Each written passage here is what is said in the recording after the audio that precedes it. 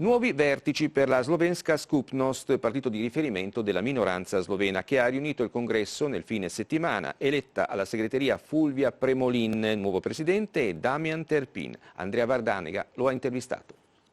La Slovenska skupnost deve rappresentare gli interessi della minoranza linguistica slovena e per questo deve guardare senza prevenzioni ideologiche al rapporto con tutte le forze politiche, recuperando la sua tradizione di partito di raccolta e storicamente di centro. È l'opinione di Damian Terpin e dimostra che non è stato un congresso banale, quello celebrato dal partito Arepen e che lo ha eletto presidente, e non solo perché era il primo dopo 8 anni. Io non sto dicendo che la Slovenska skupnost deve uscire dal centro-sinistra, sto dicendo solamente che la Slovenska skupnost non deve essere pregiudizialmente all'opposizione, che è una cosa ben diversa. Fra i possibili punti di dialogo con il centrodestra e con il presidente Fedriga e l'assessore Roberti in primo luogo, Terpin cita la reintroduzione delle province, una storica battaglia del partito della minoranza, ma anche una riforma della legge elettorale che oggi in sostanza vincola l'accesso in consiglio regionale della Slovenska skupnost all'apparentamento con un partito nazionale, una dinamica politica nuova che qualche resistenza interna la incontrerà. C'è anche un po' una paura nei nostri attivisti del partito che